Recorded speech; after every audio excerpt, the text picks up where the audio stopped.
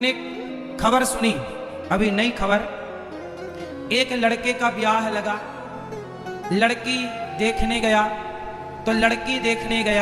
तो लड़की तो देखा, सास को भी देख आया, है ना। और शादी 16 तारीख की निकली, आज की, आज 16 है, आज की शादी थी बेचारी की। लड़की तैयारी कर रही है मेरा ब्याह, लेकिन लड़की अपने पति के संग जाए उसके पहले लड़की के पति के संग लड़की की मां मतलब दामाद के संग सास भाग गई। ले, अपनी बेटी का ब्याह जिससे तय किया उस पर दिल आ गया। ये चल रहा है संसार में, बोलो हाँ। अब वो लड़की रो रही है, अब वो रोए किस बात के लिए?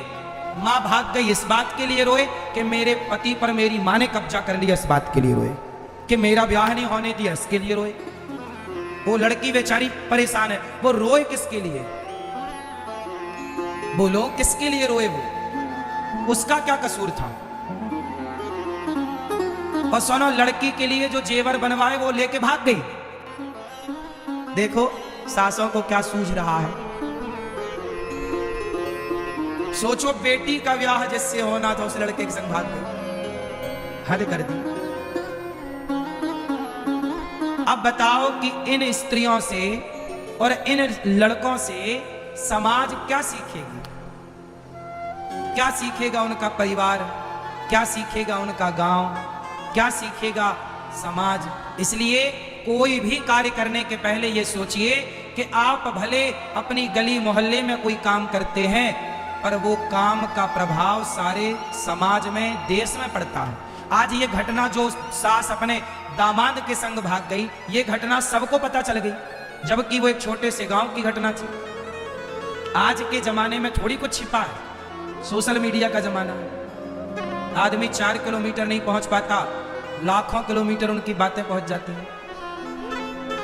इसलिए बिना विचारे जो करे सो पाछे पछताए, और काम बिगाड़े आपनो जग में होत हंसाए। इससे क्या मैसेज मिला? अच्छा ये बताओ, उसकी लड़की की मां अपने दामाद के संग क्यों भाग गई? इस क्यों का उत्तर आप लोग दो। क्यों भाग गई? काय के लिए भागी? बोलो, काय के लिए भागी? क्यों भागी? क्योंकि वो महिला और वो लड़का दोनों धर्म को नहीं जानते थे। यदि धर्म को जानते तो वो लड़की की मां ये सोचती कि ये मेरी लड़की का होने वाला पति है, ये मेरे पुत्र के समान है। वो दामाद के संग नहीं भागी, वो अपने बेटे के संग भाग गई। दामाद क्या है? दामाद क्या है? वो अपने बेटे के संग क्यों भाग गई?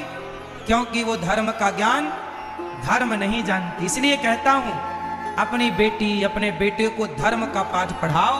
धर्म पढ़ना जरूरी है और यही तो धर्म है। उस लड़के ने काश पाठ पढ़ा होता कि ये तो मेरी मां है। सास तो मां होती है, बोलो। अब इस मां बेटे के रिश्ते में जरा भी दोष आना पाप है कि नहीं? स्पर्श करना तो पाप है साहब, सोचना भी पाप है या नहीं? लेकिन ना तो उस लड़के ने सोचा, ना तो उस लड़की की मां ने सोचा। और काहे भाग गई? अपनी वासनाओं के लिए। क्या था? इस बुढ़ापे में भी उसकी वासनाएं पूरी नहीं हुई तो भाग गई जवान लड़के के संग। आजकल आदमी इतना वासनाओं में डूबा हुआ है। काम से, कल ही मैंने कहा था, अंधे कितने तरह के होते हैं। कामांध, जब काम सिर पर चढ़ता है, वासनाएं, तो व्यक्ति अंधा हो जाता है। इसलिए कहता हूं, अंधे मत होइए। अपने आप को सत्संग से जोड़ करके और अपने अंदर की बुराइयों को मारिए। मारना है, आपका कोई दुश्मन है। अब बताओ, अपने भीतर की वासनाओं के लिए अपनी बेटी के पति के संग भाग गई, तो वासनाओं को कंट्रोल किया होता, मार दिया होता अपनी इच्छाओं को, तो इसे कलंक से बच जाती कि नहीं? अब वो भाग कर कहां जाएगी? वो भाग कर कहां जाएगी? पकड़ी जाएगी, क्या मुंह दिखा पाएगी? यहां भी बिगड़ गया उसका, अब समाज में क्या वो रह पाएगी? रहेगी तो किस मुंह से रहेगी? लोक भी बिगड़ गया और मरेगी तो यमराज जी बड़ा डंडा रखे होंगे उसके लिए। आ भगाता हूं तुझे दामाद के साथ। टिनपा पड़ेंगे उसके खोपड़ी पे, कोड़े पड़ेंगे, नाली का कीड़ा बनेगी कई जन्म, कर्म दंड तो भोगने पड़ेंगे। देखो पाप भी ना वही पाप करो जो पाप थोड़ा ठीक ठाक हो। पाप भी करो चलो, पर वो पाप करो यार जो माफ हो, जिनमें माफ की संभावना हो। वो पाप मत कर लेना जिन पाप में माफी की संभावना। पाप भी कई तरह के होते हैं, सामान्य पाप, महापाप, ये पाप अलग अलग तरह के होते हैं। चींटी मारना, हम रास्ते से जा रहे हैं, चींटी पांव के नीचे मर गई, गाड़ी के नीचे मेंढक मर गया, सांप मर गया, ये पाप है। पर ये पाप भी चलो ये पाप हमने मारना नहीं चाहा, चींटी मर गई, ये पाप माफ हो जाएंगे कि चलो तुम्हारी इच्छा नहीं थी पर पाप हो गया।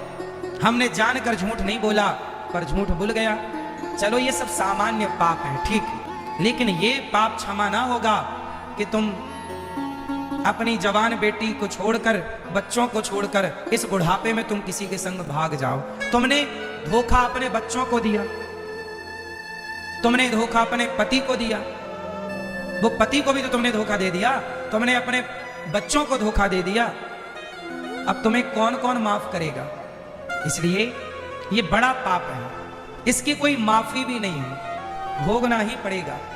फिर यही लोग संसार में तरह तरह का कष्ट पाते हैं तो लोग कहते हैं कि देखो कितना कष्ट पा रहा, जरूर ये किसी जन्म का पाप था जो अक्षम्य पाप था, जिसे क्षमा नहीं किया जा सकता था, उसे भोगना पड़ रहा। कोई अंधा है, कोई लंगड़ा है, कोई बहरा है। आप लोग चप्पल पांव में पहनकर चलते हो, कुछ लोग चप्पल हाथ में पहन के घिसटते हैं। क्या है ये? क्या लगता है तुम्हें? ये सब पाप का परिणाम है, भोगना सबको पड़ता है, बचे कौन है? इसलिए ये सब गलतियां इसलिए होती हैं, लोग धर्म को नहीं जानते।